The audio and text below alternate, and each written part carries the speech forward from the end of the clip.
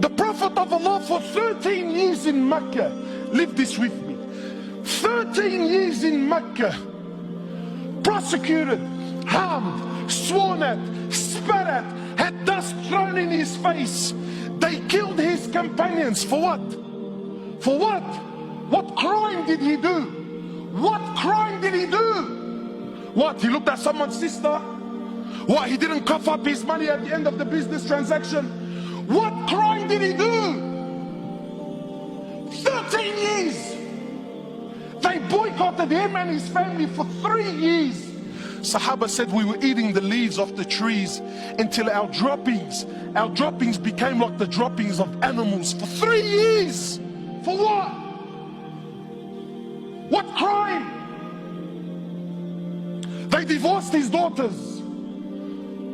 Sumayya radiallahu in front of the Prophet, publicly. I'm not telling you, Allah, you know what, that they started sending around a WhatsApp video about what. No.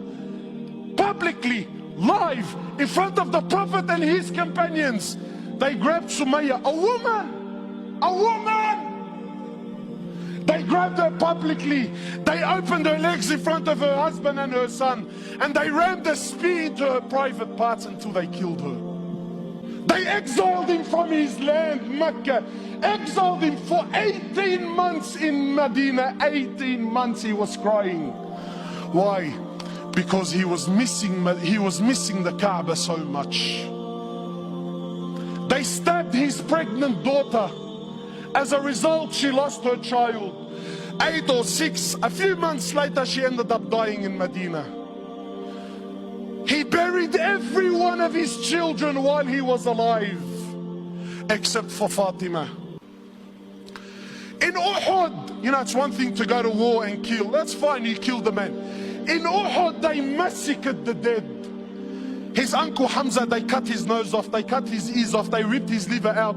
Hind took a bite from his liver and spat it on the floor. Sahaba said when the Prophet of Allah seen Hamza, we never seen him cry like he cried when he seen his uncle Hamza. In narrations, he prayed janazah for his uncle 70 times. So much hurt and so much pain. For years. And then when Fatah Makkah came,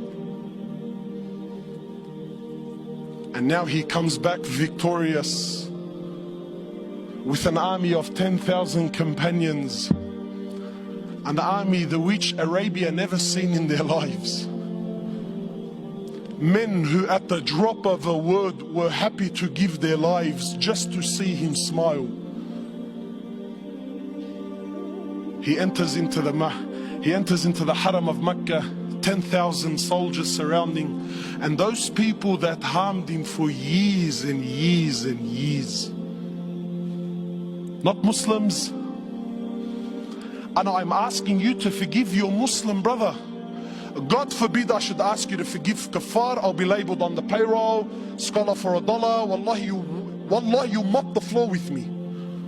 So I'm not even going to dare to go down that road. God forbid we should follow the sunnah of Rasulullah sallallahu alaihi wasallam. No way, brother. He enters into the haram, 10,000 soldiers surrounding the haram. Those people that harmed him for years and years. Where are they going to go now, bro? Talk about the tables turning, huh? So he looks at them. He says to them, and what do you think I will do with you today? What do you think I will do today? They said, you're an honorable, generous person, the son of an honorable, generous person. The Prophet of Allah turns around and says to the kuffar, idhabu fa antum at-tulaqa. Go, every single one of you are free, I forgive you.